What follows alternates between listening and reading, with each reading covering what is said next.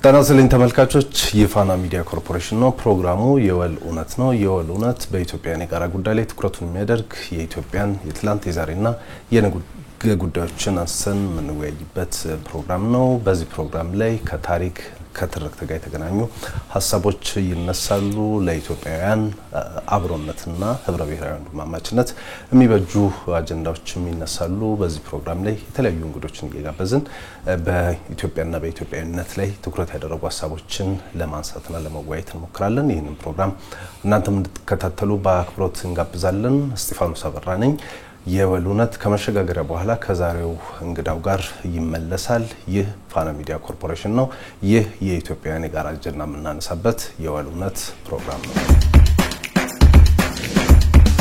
የወል ኡነት ተመልሷል ተመልካቾች በፋና ሚዲያ ኮርፖሬሽን ላይ ነው እየተከታተላችሁን የምትገኙት የዛሬው የወል ኡነት አጀንዳችን ደግሞ ከኢትዮጵያን የጋራ ጉዳዮች መካከል አንዱ የሆነው የባህር በር ጉዳይ ነው ተመልካቾች እንደምታውቁት ኢትዮጵያ ለሺህ ዓመታት ከቀይ ባህር ተዋስና የቆየች ሀገር ነች ነገር ግን ከ30 ዓመታት በፊት በተወሰነ ውሳኔ ኢትዮጵያ ከቀይ ባህር እንድትገለል ሆናለች ይሄ ደግሞ ያመጣቸው ኢኮኖሚያዊ ፖለቲካዊና ሌሎች ተጽዕኖች አሉ ይሄንን መነሻ አድርገን የምንወያየው ክቡር ጠቅላይ ሚኒስትር ዶክተር አብይ አህመድ ከሰሞኑ በፓርላማ ቆይታቸው ኢትዮጵያ ከዚህ በኋላ ከቀይ ባህር ተገላ ወይንም ደግሞ የተፈጥሮ እስረኛ ሆነ መቀጠል አትችልም የሚለውን ጉዳይ በደንብ አንስተውታል የኢትዮጵያ የባህር በር ጥያቄ ከየት ተነስቶ ዛሬ ላይ ደረሰ የኢትዮጵያ የባህር በር ጥያቄስ ለኢትዮጵያና ለኢትዮጵያውያን ያለ ትርጉም ምንድነው የሚለውን ጉዳይ መነሻ አድርገን ነው ውይይት የምናደርገው ደግሞ ከፕሮፌሰር ብሩክ ኃይሉ ጋር ነው ፕሮፌሰር ብሩክ ኃይሉ የፖለቲካል ሳይንስ እንደዚሁም የጋዜጠኝነት መምህር ናቸው በአሜሪካን ሀገር በልዩ መልእክተኝነትም አገልግለዋል አሁንም ኢትዮጵያን በተለያየ መልኩ እያገለገሉ የሚገኙ ሀገር ወዳድ ናቸው ከሳቸው ጋር ነው ውይይት የምናደርገው ይሄንን ውይይት እንድትከታተሉ እናንተንም በአክብሮት እንጋብዛለን በድጋሚ አብራችሁ እንድትቆዩ እኔም ፕሮፌሰር ብሩክም በአክብሮት እንጋብዛለን ፕሮፌሰር እንኳን ደህና መጡ እንኳን ደህና ቆያችሁ እንግዲህ ቃለ መልሱ ፈቃደኛ ስለሆኑም እናመሰግናለን እሺ my pleasure ፕሮፌሰር ውይይታችንን ብንጀምር ጥሩ ነው ብዬ ማስበው ሰሞኑን ጠቅላይ ሚኒስትር አብይ በፓርላማ ቆይታቸው አንድ የጠየቁት ጥያቄ ነበር ኢትዮጵያ ከባህር በር እንድትገፋ ያደረገው ውሳኔ ማን ወሰነው የሚል ጥያቄ ማለት ነውና እንግዲህ ይሄ ውሳኔ ሊወሰን የሚችለው ወይ በካቢኔ ነው ወይ በምክር ቤት ነው ወይ ደግሞ በህዝብ ነው ይሄ ሁሉ አልነበረም ብለዋልና እርሱ የዛን ለፖለቲካውም ቅርብ ስለነበሩ በዲፕሎማትነትም ስላገለገሉ እስኪ ማን ወሰነው የኢትዮጵያ የባህር በር ያሳጣትን ውሳኔ አመሰግናለሁ በጣም ጥሩ ጥያቄ ነው ማ ወሰነው የሚለው ጥያቄ ሪሊ በደንብ መመርመር ያለበት ጉዳይ ነው ምክንያቱም ይሄ እንግዲህ ሉክ አንድ ሀገር አካል የሆነ ያው ኤርትራ በክፍለ ሀገር ከፌዴሬሽኑ በኋላ ይኖረች ለብዙ አመት እንደ ዋዛ እንደ ፈዛዛ ልበልህ just like that በቃ እውቅና ተሰጥቶ ራሷን ችላ ምትሄድበት ሁኔታ ነው ተመቻቸው ያን ሲደረግ እንግዲህ ይሄ ፋሲሊቴትድ የሆነው በማን ነው በኢትዮጵያ ተሸጋጋሪ መንግስት ነበር እና ትክክል ነው ወይ ፕሮሲጀራሊ አካሄዱ የሚለው ጥያቄ መጠየቅ አለበት ምክንያቱም የአንድ መንግስት አካል አላፊነቱ ሪስፖንሲቢሊቲው ይሄን በተመለከተ ቀላል ነገር አይደለምና ለኢትዮጵያም ሎስ ነውና አትሊስት ፕሮሲጀሮች አሉ ከሌላም ሀገር ተሞክሮም አትሊስት በዛ መሰረት መፈጸም ይገባው ነበር ነገር ግን እንኳን ትንሽ ማዳዳት ይቅርና መጠራጠር ይቅርና እንደውም በቃ ሂዱ ነገር የሚለው የመጣው ከማን ነው ከመንግስት ነው ራሱ ይሄ በጣም የተለየ የሚያረግ ቢዛር በጣም ኦድ የሆነ ቢሄቪየር ባልተለመደ ቢሄቪየር ነው ማንንም እንደዚህ በቀላሉ የተላቀቀ የለም አትሊስት ፕሮሲጀሮች ተከትለው ነው ምን ማለት ነው እንዲህ ሲል እንግዲህ ኦፍ ኮርስ ይሄንን አንደርስታንድ ለማድረግ የሁለቱ ድርጅቶች የረጅም ዘመን ወዳጅነት አብሮ የመቆም አብሮ የመዋጋት አንዱ ለአንዱ መሞት እንደ ቃል ኪዳን ብለው እንኳን አዲስ አበባ ገብተውና ቲፒኤልኤፍ ያው ፒአርዲኤፍ ይባላል ዋናው ቲፒኤልኤፍ ነው የነበረው ኮሊሽን ኦፍ ፎርስስ እንደ ቃል ኪዳንም ነበር የኤርትራን ጉዳይ ኦሬዲ አዲስ አበባ ሳይገቡ ገና ሜዳ ላይ ያሉ ሬኮግናይዝ ያደረገ ድርጅት ነው የቀኝ ግዛት ጥያቄ ነው በደንብ በሱ ምክንያት ላይ ተመስርቶ ፌታ ኮምፕሊ ያለቀ ጉዳይ ነው በቃ ኤርትራ ትሄዳለች የሚል ነገር ነው ይሄ አግባብነት የለውም ለምንድነው ፕሮሲጀሩ ምን መከተል ነበረበት የሚለው እንደ ድርጅት ሳይሆን ራሱ ማየት ነበረበት ድርጅቱ እንግዲህ በጦርነት ነው የገባው አዲስ አበባን ከተቆጣጠረ በኋላ መንግስት ሲሆን ደግሞ ሁላችንንም ነው የሚወክለው እንጂ የራሱን ድርጅትና የሱን ደጋፊ ብቻ አይደለም ጠቅላላ ያንዳንዱን ህፃን ሆነ ሽማግሌ ወጣት ትልቅ ሴት በሙሉ ይወክለናል ስለዚህ ፕሮሲጀሩ ምንድነው የኢትዮጵያንንም ህዝቦች ማጆሪቲንም ልብ ትርታ የመጠየቅ የመቅረብ ሁኔታ ኤርትራ ላይ በተመለከተ እንዲህ ልናረግ ነው ምን ይመስላችኋል የሚባል ነገር ያባት ነው ኤርትራን በተመለከተ አቋማችን ይሄ ነው በግልጽ የማስቀመጥ ሁኔታ እሱ ላይ ውይይት እንዲደረግ ምን እናርግ የሚለው ነገር በቅጡ የተደረገ ስለዚህ ከቡድን ይልቅ እንደ መንግስት ከመወሰን ይልቅ የግለሰቦች ውሳኔ ነው ብሎ መውሰድ ይችላል ምናልባት በወቅቱ እንደ ሀገር እንደ መንግስት በመንግስት መልክ ሳይሆን የወሰኑት ያ ድርጅት መንግስታዊ አካልን ተቆጣጥሯል ያ ፖለቲካል ደግሞ አፓራት ድርጅቱ ራሱ ደግሞ ኮንፈረንስ አልተጠራም በኤርትራ ላይ እስከማቆ ድረስ ማከላይ ኮሚቴው ዝግጅሎት ሊሆን ይችላል ፖሊስ ቢሮ ሊሆን ይችላል ወይስ በጊዜው የነበረው ጠቅላይ ፕሬዝዳንት መለስና ሁለት ሶስት ሰዎች ነው ወሰኑት ዊልነቨር ነው ኢቭን ኢንዲቪጁዋልስ ሊሆኑ ይችላሉ ወይም ደግሞ እንደ አባት የሚቆጠሩት አቦይ ስብሃት የመሳሰሉት ሰዎች ኢነር ሰርክል የሚባለው በዛ መልክ ነው የተወሰነው ሌላው ቢሄቪየር ደግሞ ለዩናይትድ ኔሽን አጋፋሪነት አይደለም ግንባር ቀደም ሆኖ እውቅና እንዲሰጥ ብሎ የጠየቀ ሀገር የለም በዓለም ታሪክነቱን ለመናገር እዚህ ግን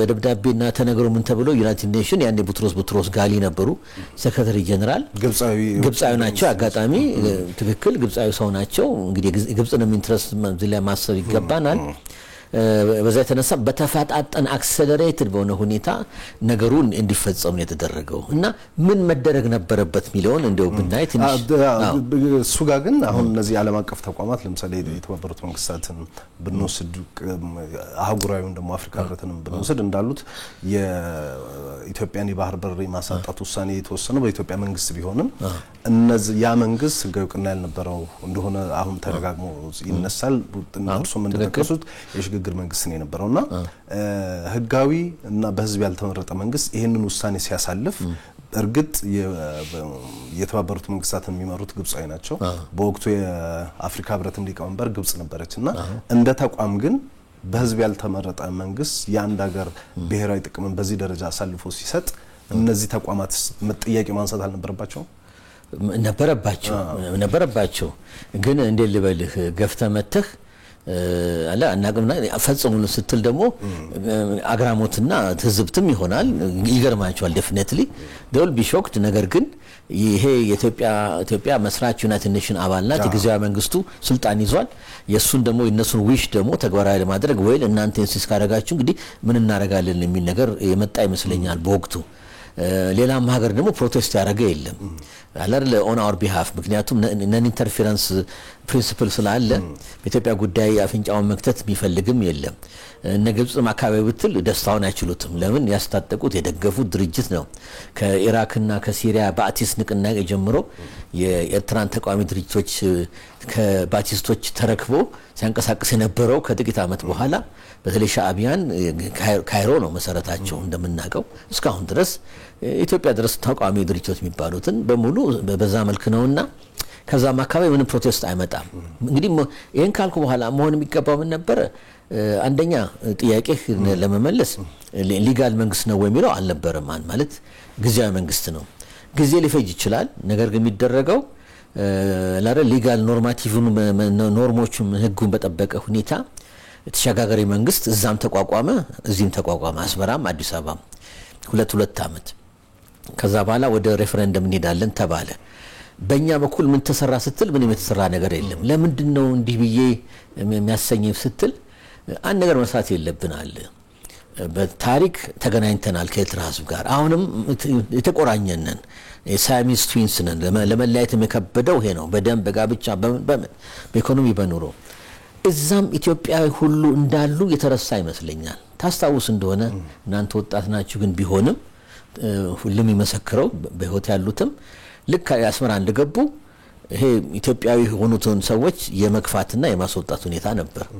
እዛ ላይ ማን ነው በአግባብ አድርጉት በትክክል አድርጉት ብሎ የጠየቀ ሰው ነበር? መንግስት ጠይቀዋል? አልጠየቀም እስከምናውቀው ድረስ።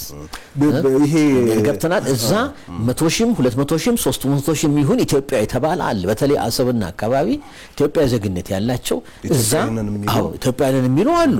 እንደገና ደግሞ ኤርትራና ኢትዮጵያ ሆኑትን ሁሉ የማስወጣት ሁኔታም ነበር። ንብረታቸውን ሁሉ እስከ ወርቅ ፐርሰናል ኢፌክቶች ይባላል ወርቅ ሁሉ ያስቀሩ በደንብ እየተገፋ ሰው መጥቶ ነበርና ያኔ ነው ትክክል አይደለም በአግባብ አድርጉት እነሱስ ትክክል ነው ወይ የሚል ነገር መነሳት ነበረበት። ጊዜያዊ መንግስት ቢሆንም ሁላችንንም ስለሚወክል ይሄ ምንም ዝምታን የተመረጠው እንጂ በዛም ፕሮቴስት ምንም አልተደረገም፣ ተቃውሞም አልተደረገም። ይሄም ራሱ ብዙ ለአብነት ነው ነገር እንጂ ብዙ ድክመቶችና ብዙ ስህተቶች ግድፈቶች ታይተዋል በጊዜው። ከህግ አንፃር እንግዲህ ከዓለም አቀፍ ህግም ከአህጉራዊ ህግጋትም አንፃር ምናልባት ከድርጅቱ ከተባበሩት መንግስታት እንበል ከአፍሪካ ህብረት መተዳደሪያ አንፃር ይሄ ውሳኔ ህጋዊነት ያለው ነው። አሁንስ እንዳሉት 30 ምናምን አመታት አልፎታል። ይሄንን ጥያቄ ድጋሚ ሪክሌም ማድረግ እንደሱ አይነት እንትኖች አሉ። አዎ ጥሩ ጥያቄ ነው። ህጋዊነት ማያረጋው በምን የተነሳ ነው? ፐርማነንት የሆነ ጊዜያዊ መንግስት ሳይሆን ቋሚ መንግስት ኢትዮጵያ ውስጥ በምርጫም ሆነ በምን ተቋቁሞ እሱ ቢወስነው ነበር ተገቢን የሚያደርገው። አሁን ግን ያሸነፈው ገባ ለ2 አመት ትራንዚሽናል 3 አመት ነበር። እሱ ማረግ ሳይሆን ማረግ የሚገባው ቋሚ መንግስት በደንብ ህዝብ የተመረጠ ፓርላማ ኢትዮጵያ መጥቶ አመራሩም እነሱም ሆነ ሌላ ፓርቲዎች አይሆንም እናቀው ነው ግን እነሱ ራሳቸው ነው የሚሆኑት። አትሊስት በዛ መልክ ፐርማነንት የሆነ የህዝቡን አደራ ተረስቷል ነው ማለት ኢትዮጵያ ሉዓላዊነት ህዝቦች ተረስቷል። በወቅቱ አዲሱ ፓርላማ ሁሉንም ብሔር ብሔረሰቦች ስለተዋቀረ ጉዳዩ እሱ ላይ ቀርቦ አዲሱ ፓርላማ ላይ ለምን ውክልና ያለው ጊዜያዊ ሳይሆን እሱ ውሳኔ ቢወስድ ትክክለኛ ሆነ ነበር ለማለት ነው። ለጅተመሲንም ይሰጥ ነበር ግን ይሄ አልሆነምና ይሄም ራሱ አንተ ሌላ ትልቅ ስህተት ነው። እንደዛ ነው የተፈጠረው ሁኔታ። ፕሮፌሰር እንግዲህ ሌላው ደግሞ መነሳት ያለበት ሁሉም ሀገር የራሱ ብሔራዊ ጥቅምና የራሱ የብሔራዊ ደህንነት ስጋት አለው። የኢትዮጵያ ከባህር በር መገፋት ከብሔራዊ ጥቅም አንፃርና ከብሔራዊ ደህንነት ስጋት አንፃር ያሳደረው ተጽዕኖ ምንድነው ማለት ይቻላል? በጣም ጥሩ ጥያቄ ነው። የሱ ተጽዕኖ ይሄው 34 አመት የሚያናግረናል። ሪሊ ከቀይ ባህር እንድንወገድ ነው የተደረገው በተንኮልና በኔጋቲቭ እንቅስቃሴዎች። ይሄው እስካሁን እኮ እየከፈልንበትም ነው። ጉሮሯችንን ታንቀን እኮ በማንቁርታችን ማለት ተይዘናል እኮ አሁን። ያኔ ግን ለነበረው አመራር 27 አመት ለገዛው አመራር አልታየውም እስከመጨረሻ። በዛ መልክ ሳይሆን እንዲያው ሞር ለበለ ጥብቅናውም ክርክሩም ሞር ለኤርትራኖች የማካካስ ሁኔታ በኢኮኖሚውም እንደምታውቀው ያው ኢትዮጵያ ደበድ ማድላት በደም ጥያቄው የሚያስነሱ ሰዎችም እስከ ስራ ከመባረር እንደዚህ ጀምረው ዩኒቨርሲቲ 42ቱ በተለይ በዛ የተነሳ በአንድ ደብዳቤ በአንድ መስመር የተባረሩት በዚህ የተነሳ ነው። እንግዲህ ከነ ፕሮፌሰር መስፍን ጀምሮ ማናቸው ሰርጀኑ አስራት ወልደየስ ጀምሮ ማለት ነው እና ፕሮፌሰር መስፍንም ታግለዋል፣ ሌሎችም ታግለዋል። ይሄን ውግዝ የሆነ ነገር ነው። ይሄን ማንሳት ልክ እንደ ሰው እንደሚለው ውሾውን በባህላዊ እንደሚባል ነገር እንዴት ተደርጎ እንዲያውም ሃው ዴር ዩ የሚል ነገር ነበረ። እንዴት ማፈቀደልህ ምንስ ማን አንተና የምትጠይቀውና ይሄን መሰለ ጥብቅና የገባ አስተዳደር ባለበት ሁኔታው ህዝቡ ኢንቲሚዴትድ ሆኖ ሳይለንስድ ሆኖ ነው የቆየው። ስለዚህ ይሄው ለጅትመሲውን ምንም ሁሉ ጥያቄ ኤፈርቶቹንም የሚያሳዩ ምሁራንም ሆነ ሌላም አገር ወዳድ ሰዎች በሙሉ ጥያቄው እንዳይነሳ ተደርጓል እንጂ በትክክሉ መንገድ ብንሄድ ኖሮ ኢትዮጵያ ህዝብ መጠየቅ ነበረበት፣ በጋ መንገድም ውሳኔ መደረግ ነበረበት። ያ ሁሉ አልተፈጸመም። አሁንም ደግሞ አለ የኢትዮጵያ ኮ ኢንትረስት እዛ አለ። ሪፋይነሩ ነበር ታውቃለህ። ኢትዮጵያ በነበራት ሀብት በኢምፔሪያል ኢትዮጵያ በአፄ ኃይለ ሥላሴ ጊዜ እንደገና በደርግ ጊዜ ብዙ ኢንቨስት ተደርጓል። ፖርት ኤክስፓንሽኑ ክሬን በየጊዜው ይገዛል። መንገድ ማስፋት፣ ቤት መስራት ስንት ወዛደር ነበር ሰራተኛ ነበር እዛ። ኢትዮጵያ ኢትዮጵያ ሊትራሊ በዛ በኩል ነበር ጦርነቱ ሲማማቅ ምጽዋ ሳይሆን በአሰብ ነበር መንገባው ነው። ይሄ ሁሉ ኢትዮጵያ ታክስ ፔየር ኢትዮጵያ ግብር ከፋዩ ኢትዮጵያ የሀገራችን ሀብት ነው። ምክንያቱም መንግስት ከታ መጣ የደርግ መንግስት ከህዝቡ ተሰብስቦ ነው አይደለም። አፄ ኃይለ ሥላሴም ቢሆን ከህዝቡ ተሰብስቦ ነው ያን ገንዘብ ነው ተጠቅመው እንትን የሚሉትና ይሄ ሁሉ ለሀገራችን ጉዳት ነውና ኮምፐንሴሽን ሆነ አንድ ነገር አለ አይደለ የኢትዮጵያ ደግሞ ፊውቸር ጣፋንታ የሚወስንና ፖርቱንም ደግሞ እንዴት እናርግ የሚል ኢንትረስት ሊትራሊ አልነበረም ማለት ይችላል። አተውታል እንዳትል አልነበረም የነበረው አቋም ከራስ ካሳር እስከ ራስ ዱሜራ ድረስ በቃ ሂዱ ተቀበለናል የሚል ነው። በሱም አላበቃም። ምንድነው ከዛ በኋላ እንግዲህ ከ91 እንደ አውሮፓ አቆጣጠር እስከ 1997 ድረስ ሞር በጣም ግንኙነቱ በገነነበት በጣም በፍቅር ለሁለቱ መንግስታት ማለት ነው በሆነበት ጊዜ ግንኙነታችን ዋን ሳይድድ ነበር። ለምሳሌ አንድ ሰው አንጣልኝ ኤርትራ ሄዶ ኢንቨስት ያደረገ ኢትዮጵያዊ እዚህ አንድ በለ ያለ ስጋት ሄዶ ሆቴል የገነባ ሬስቶራንት የገነባ ወይም ፋብሪካ የገነባ አለ የለም። በአንጻሩ ግን ወደዚህ ግን ኦቨርፍሎ ነው ያደረገው እንደ ልብ ያው እንደሚሄ ዝም ብሎ ቀልድ ይመስላል። ግን ኢትዮጵያን በጋራ የሚባለው ነገር ኤርትራም በግል ነበርንበት አይተነዋል። ይሄ ውሳኔ ግን እንግዲህ ይሄን ያክል ብሔራዊ ጥቅምን አሳልፎ የሰጠና የኢትዮጵያን ለከፍተኛ ብሔራዊ ደህንነት ስጋት የዳረገ ውሳኔ ዝም ብሎ ተራ የወጣቶች በወቅቱ ወጣት የነበሩ አመራሮች የወጣትነት የስሜት ውሳኔ ነው ወይስ ደግሞ ከጀርባው የታሪካዊ ጠላቶች እጅ አለበት ማለት ይቻላል? በጣም ጥሩ አንድ ወጣትነት ነው። መቼም እድሜ እኮ መስተዋት ነው። ሰው በ40 50 አመቱ የሚወስነው ውሳኔና በ25 አንድ አይደለም። ሰከን ማለት ለዚህ ነው ልብ ግዛ ልቦና ግዛ የሚባለው ይሄ ነው። ያኔ አፍላው አለ ከጸጉሩም አልሸሸም ራሳቸው ላይ አፍራው ምኑም አለ። እንደገና ይሄ የማርክሲስት ሌኒኒስቱን ደግሞ ሆይ ሙቀቱ አለ ደም ውስጥ በቃ ሶሻሊዝም አንተተን ያም ይላል። ሁለቱም ደግሞ አጋጣሚ ሌፍቲስት አይዲዮሎጂን ከተላል ነው የሚሉ ያው አንደኛው የኛው ኤትኒክ ቤዝድ ነው ያኛው ግን አይደለም አንድ ሀገር አንድ ህዝብ አንድ ልብ እያለ የመጣ ነው። የኛ ደግሞ ግን በኤትኒክ ቤዝድ ፖለቲካ ነው የመጣው። yes ይሄ አለ። በሌላ በኩል ደግሞ ያነሳው ምንድነው ከኢትዮጵያ ብሔራዊ ጥቅም ከሀገራችን ብሔራዊ ጥቅም አኳያ ደግሞ እንዴት ነው የሚያዩት እነሱ የሚል ነገር አለ። ከጀርባ ያለው ደግሞ አጀንዳ ማስፈጸም ሁኔታ ይኖራል። ኤርትራኖቹ በጊዜው መጥቀው ሄደዋል ነው ማለት መጥቀው ሄዳል ማለት ኢቭን አዲስ አበባ ዩኒቨርሲቲ የኤርትራ ካርታ እየተቆረጠ ሲበተን ምን ሲል እና ኢትዮጵያን ተቋሚ ድርጅቶችን ገብቶ ኢንፍሉዌንስ ማድረግ እንደ ቦይ ውሃ አይደለ እንትነዋል አይደለም የተማሩ ንቅናቄ ኢቭን አጀንዳና አቅጣጫ መነጋገሪያ አጀንዳዎች ሁሉ በደንብ እንዲና እንዲህ እንደሚያደርጉ ታሪክ መስክሯል። ብዙም ጽፎበታል። አሁን ምን ያህል የነሱን ግብ ለማግኘት እዚህ አካባቢ ማዳከም እንዳለባቸው እርስ በርስ እንዲተናነቅ ድርጅቶችንም መፍጠር ራሱ ትሬን ማድረግ ማስታጠቁ ያፓበለው ማበለው ምናቀው ነው። ቲፒኤልኤፍን ራሱ ማን የፈጠረው ምናቀው ነው። 11 ጠመንጃ ይዞ የቴለው ሰለጠኑ ሌሎችንም የትግራይ የተቀነቀ ብቻ ብዙ እስካሁን ድረስ ያሉትንም ተቃዋሚ ድርጅት የሚባሉትን ይሄ በጣም የኤርትራ መሪው ፓርቲ ስትራቴጂን ሁሉ ጊዜ ሲያጠቃ የሱን ዓላማ ለመፈጸም ከዛ አይደለም የሚጀምረው ከዚህ ነው ማባላት ነው። የውጭን ሀገር ያልከው እሱም ደግሞ የራሱ ገጽታ አለው። እሱ ደግሞ ምንድነው ከነሱ ጋር የሚሄድ ሀገሮች አሉ። በተለይ ግብጽ ጋር ትልቅ ሳፖርት አላቸው አሁንም አላቸው በደም ሱዳን ፖለቲካ ውስጥ በሰፊው ገባሉ። ሲፈልጋቸው በመቃወም ሲፈልጋቸው በመደገፍ እዛም ላይ የኢትዮጵያ ኢንትረስት የተጎዳበትም ጊዜ ነበር በፊት። ስለዚህ ያን ሁሉ አቀናይተን አንድ ላይ ስናይ ካልኩሌትድ የሆነ ወጣት ናቸው ግን ከድሚያቸውም ያለፈ ወይም ከነሱ በፊት የነበሩ አመራር እነ ረመዳን ባልተላልቆ የነበሩ እነ ኦስማን አሊ ሳቢህ እነሱ አደልቶ ነው የጀው እነሱ ሲሪያና ኢራቅ ሄደው በደንብ ካይሮ ሄደው ተክነውበታል። ፖለቲካውን አረብኛውን ቅኔ ነው የሚናገሩት። የኤርትራን ንቅናቄ መጀመሪያ ላይ ሲሸጡ ሃይማኖታዊ ንቅናቄ አድርጎ ክርስቲያን ኢትዮጵያ ምን ያህል እየበደለች እንደሆነ እስላም ኤርትራን ያሉ በሚል ነው ድጋፍ ገንዘብ ምንም ትምርትም ስኮላርሺፕ የሚያገኙ ሲማሩ የሬዲዮ የፕሮፓጋንዳ ሽፋኑ በደንብ ይሰጣል። ከዛ ደግሞ ካይሮ ተቀበለች። ካይሮ ሬዲዮ ሽፋኑ ብዙ ነገር እስካሁን ቀጥሏል። አሁንም ያው እንደምታውቀው ዛሬ ትናንት ወዲያ ካይሮ ያለውን ሁኔታ መመላለስ ሁኔታ ያው ምናቀው ነውና ስለዚህ የውስጥም አለ የውጭም አለ በህብረት የተቀናጅቶ የተሰራ ነው ማለት ነው። ፕሮፌሰር ሌላው መነሳት ያለበት ጠቅላይ ሚኒስትር አብይ በቀደም አሁን የኢትዮጵያን የባህር በር ጥያቄ እንደ ተስፋፊ እንደዚህ ብለው የሚያነሱ ሰዎች አሉ።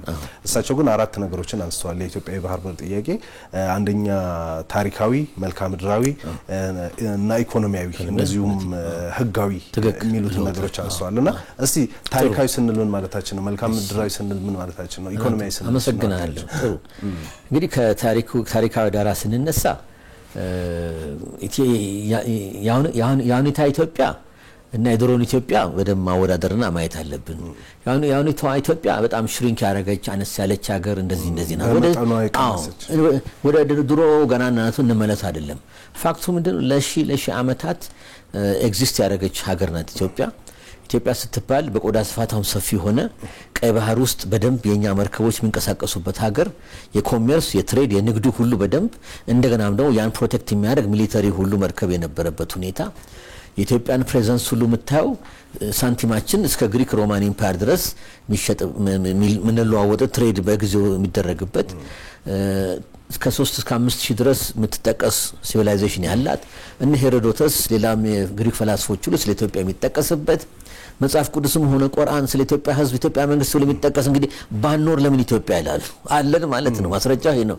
መጽሐፍ ቅዱስ ላይ 34 ጊዜ ቢያንስ የተጠቀሰች ሀገር ለሶስቱም ሃይማኖቶች ደግሞ ቤትና ሀገር የሆነች መመካም የሆነች መጠለያ የሚሰጠች የክርስቲያን ንጉስ አልነጋሽ ለእስልምና ሲታገሉ ፕሮፌት መሐመድ ሊያጠፏቸው ጠላቶቻቸውን ሲሉ ተሻግረው መተው ነው። ይሄ ሁሉ ስንት ነቢላል ስንት ታሪክ አለ እና ማስረጃው ምንድነው? ቀይ ባህር ማሰሪያው ምንድነው? ቤታችን ነው። ከጥንት ጀምሮ ለሺ ዓመታት ተቋርጧል። ተቋርጧል። ለመቼ? ለ34 ዓመት ወዲህ።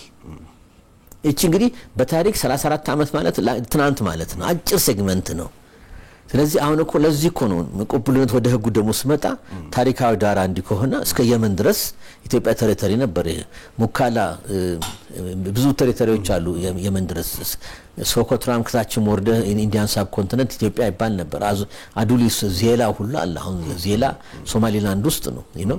እነዚህ የጥንት እንትኖች ፖርቶች ሁሉ ኢትዮጵያ መውጫና መግቢያችን የነበሩ ናቸውና ስለዚህ ታሪካዊ ስንል ይሄ ነው። መልክዓ ምድራዊ ስንል ጂኦግራፊካል ነው። እሱ ደግሞ ኢትዮጵያ ውሃ በር ነበራት። ስለዚህ ፖርት ነበራት ቀይ ባህር ላይ ማለት ነው። ነበራት ማለት ምንድነው? ጂኦግራፊካሊ ምንድነው? ላንድ ሎክድ የሆነ ሀገር ሳይሆን ሲ አክሰስ የነበረን ሀገር ነን ማለት ነው። እንደገና ኢትዮጵያን ጂኦግራፊካሊ ለየት የሚያደርጋት የተቀመጥንበት ፖዚሽን። ለምሳሌ አሁን ቺሊና አርጀንቲና ስትል አትላንቲክ ነው ኦሽን ነው፣ በዛ ፓሲፊክ ነው። በቃ ሌላ ምንም ነገር የለም ብዙ ይሄ ግን እኮ የዓለም ጉሮሮ ከሚባሉ ስትራቴጂክ ኤሪያዎች አንዱ ነው።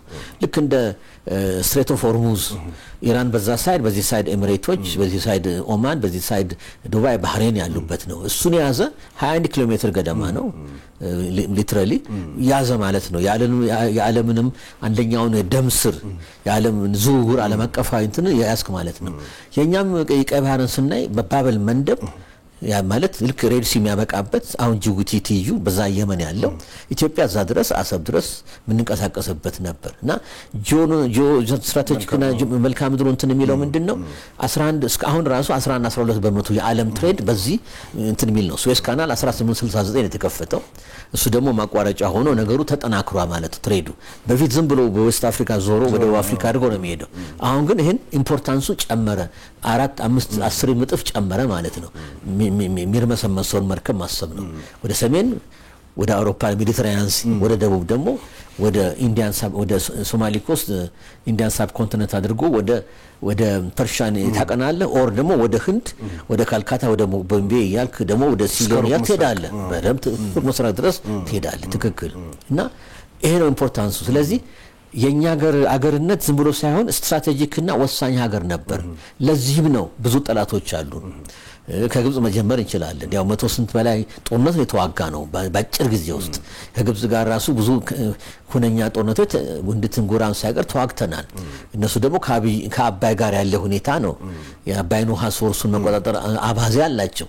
አሁን ድረስ የሚያተራምሱን ኤርትራንን በመጠቀም ኢትዮጵያም ተቋሚዎች በየጊዜው ብቅ ጥልቅ የሚሉትንም በመረት የመጡትንም እንደገና መረቱ አልበቃ ብሎ ተመልሰው ሄዱትንም አለ። አሁን አስፈራ እንደገና የሚያሳፍር የሚያሳዝን ነው። በዚህ በአራቱ አያላን ውሳኔ መሰረት ይሄ የዚህ አሰብና የራስ ዱሜራ አካባቢን ጨምሮ እሱ ላይ ኢትዮጵያ የባህር በር ማግኘቷ ጉዳይ ወስነው ጨምር እንደውም ጥሩ እንትን ብለሃል ምንድነው ዩናይትድ ኔሽን ተሰብስቦ 1947 መጀመሪያ የጣሊያንን ፎርመር ኮሎኒዎች ጣሊያን ሪናውንስ እንድታረግ በአልሳሳት ትሪቲ ኦፍ ፓሪስ ላይ አስገድደው ማለት ይችላል ሊቢያ በእነሱ ቁጥጥር ተሰጥታለች ሶማሊያ ሞቃዲሾ ተሰጥቷል ሶማሊላንዱ ለእንግሊዝ ነው እና ኤሪትሪያ ተብላ ተወለደችው ሀገር ተሰጥቶ ሪናውንስ አርጊ ብለዋላት ሪናውንስ አረገች ከዛ እንዴት እናስተዳድረው ወደሚል ሄዱ ባይ 1950 እንደ አውሮፓ አቆጣጠር ውሳኔውና አቅጣጫው ምን ነበር እንዴት እናርግ የሚል ነው ትልቁ ጥያቄ ኢትዮጵያ ትልቅ ሀገር ናት የውሃ በር ያስፈልጋታል የሚለው ነውና እሱ ላይ ተከራክረው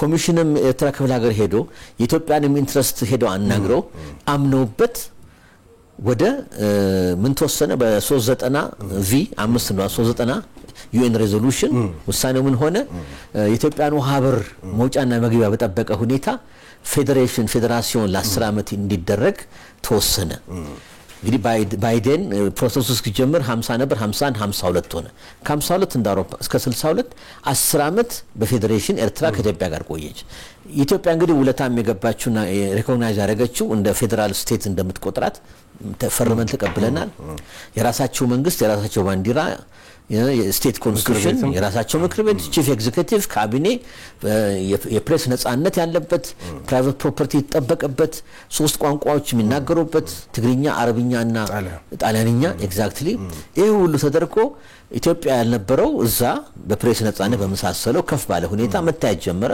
ኢትዮጵያ ፓርቲ የለም ፖለቲካል ፓርቲ መደራጀትም ሆነ አንድ ፓርቲ አልነበረም እዛ ግን ኢቭን እንኳን ሎራንደሮቹ ፕሮ ኢትዮጵያ አንቲ ኢትዮጵያ በጣም ሊበራል የሆኑት ነጻ ኢንዲፔንደንት ኤርትራ ሚሉ እንደገና ሀገር ፍቅር ደግሞ ወደ ፕሮ ኢትዮጵያ ሆኑት ኢትዮጵያ ላይ በቃ አንድ መሆን አለብን የሚሉት ተለያዩ አይነት ፓርቲዎች ተፈጠሩ ሞቅ ያለ ክርክር ነበር እነ ተድላ ባይሩ ኢቭን ከስልጣን እንዲወርዱ 3 አመት በኋላ አደረጓቸው እነ አስፋሃ ወልደ ሚካኤል እሳቸውም 6-7 አመት እንትናሉ የኢትዮጵያ እንግዲህ ቫይስሮይ ደግሞ ግን አንድ አለ ቫይስሮይ ማለት ጠባቂ ንጉሰ ነገስቱን የሚወክል ነው ዱልራስ አንደርጋቸው መሳይ ጀነራል አበበም ሌሎችም ነበሩ አብይ አበበ ማለት ነው ይቅርታ አሉ እና ከ10 አመት በኋላ እንግዲህ እኔ እውነቱን ለመናገር በእኛም ጥፋት ነው ማለት ይችላል የተነሳ አስፈልገው ተብሎ ፍፍ ተብሎ እንትን ተባለ አሁንም መርሳት የለብን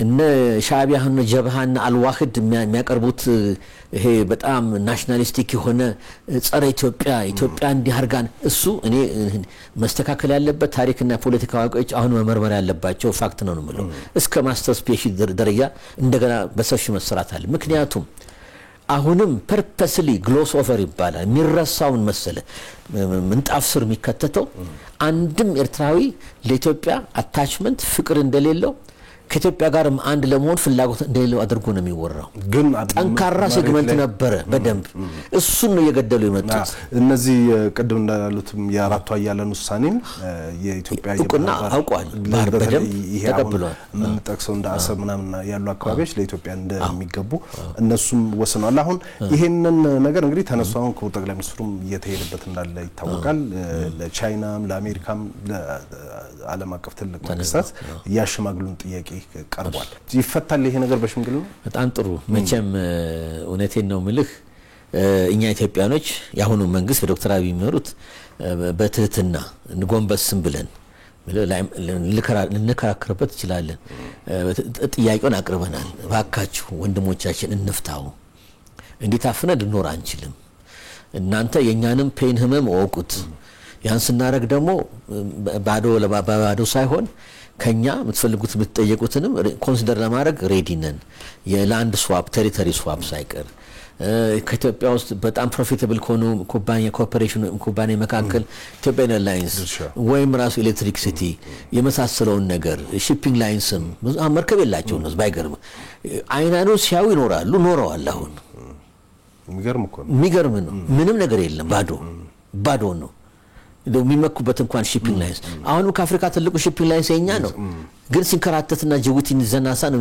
የሚውለው ፕሮቴክት የሚያደርገው የለም እንግዲህ ታይህ ዝም ብሎ ይዞ ቁጭ ማለት አለ እንትን ብሎ በቃ እንትን ብሎ ገብገብ ብሎ ነገር ግን መጠቀም ወደ ገንዘብ እኮ መለወጥም ያባት እኮ ነው አሁን ጅቡቲን ተመልከት ከኛ ይሸመጠጡ ልበልህ እንደ ለጨዋታ ለቀልዱ 2 ቢሊዮን ገደማ ደርሷል በቃ 80% ባጀታቸው እሱ ነው ነገራችን ላይ ይታይ ኢትዮጵያ ላይ ዲፔንድ አድርጎ አማራጭ አለመፈለግ ራሱ ይታይ የተቀረው ከየት ይመጣል በተለኝ ደግሞ እንደው ቀላል አይደለም ከኪራይ ነው ወደ 7-8 ሀገሮች ገብተዋል በየአመቱ የተጠበቀ ገንዘብ ይቀበላሉ ሬንት አሜሪካ ስለዚህ ይሄ እንግዲህ እንደማላገጥም ነገሩ 1.2 ሚሊዮን ህዝብ ነዋሪ ኢትዮጵያን ግሮሮ እንዲያንቆ ይዞ ይሄን መታሰብ አለበት በነገራችን ስለዚህ በሽምግልና ይፈታዋል ስለዚህ አሁን ከተራዘው ሽምግልና ጉድ ኢንቴንሽኑ ጉድ ዊል ጥሩ ነው እነሱን ያጋልጣል የኛን ልባምነት ያሳያል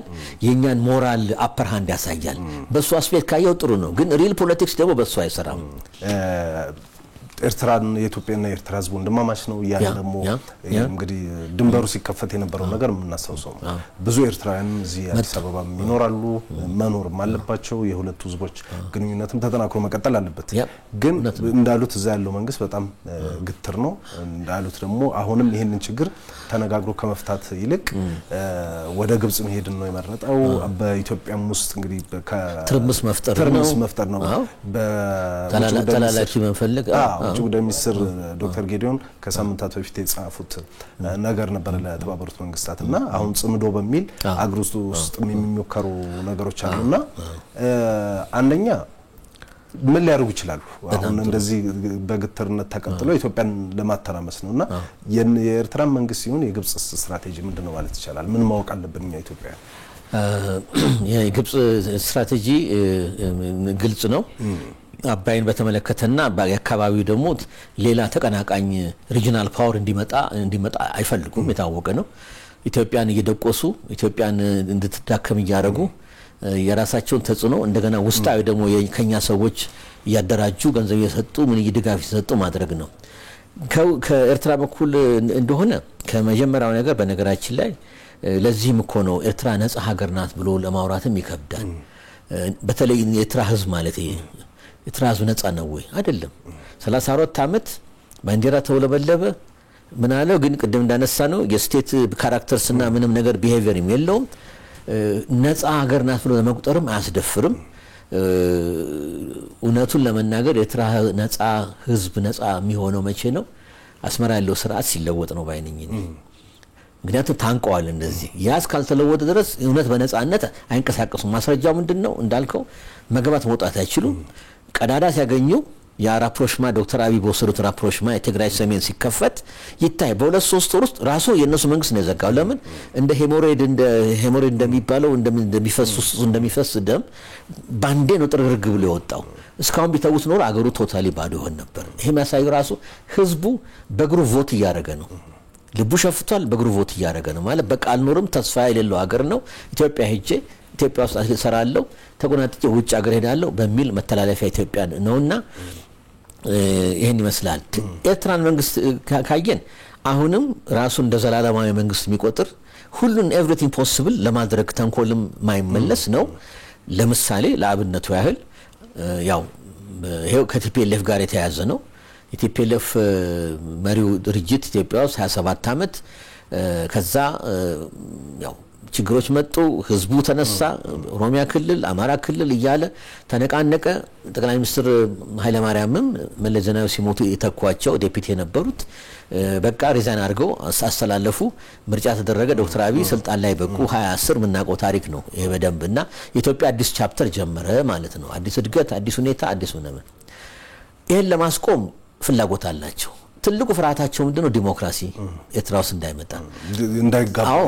እንዳይጋባ ልክ እንደሚጋባ ነገር እንደው ተሻሽተ እንደሽቶ ራብ እንዳረ ምክንያቱም የኤርትራ ህዝብ ጥያቄ የተለየ ህዝብ እኮ አይደለም የዲሞክራሲ ጥማት አለው ቤተሰቦችን ወጥቶ ሰርቶ መኖር መመላለስ ይፈልጋል ምን ይላል ሰርቶ መክበር ይፈልጋል ከአካባቢው ጋር መኖርም ይፈልጋል እንደ ልቡ እንደ ሰው መኖር ይፈልጋል ይሄ ሁሉ ተነፈገው ነውና በዛን የቀጠሉትና ይሄ እንዳይደርስ በተቻላቸው ከመጡ ጀምሮ የዘጉት ነው ያን ለማስቀጠል ነው ያን ሲያደርጉ ደግሞ መሳሪያዎች ይተከማሉ አሁን ለምሳሌ ቲፒኤልኤፍ ጋር ስናገናኘው 27 ዓመት እዚህ ተገዝቶ ህዝቡ ከዛ በቃኝ ብሎ እንትን ሲሉ አኩርፈው ከፓርላማ ፌደራል ፓርላማ በጣም የሚያሳዝን የሚያስገርም የሚያስቅም ነው።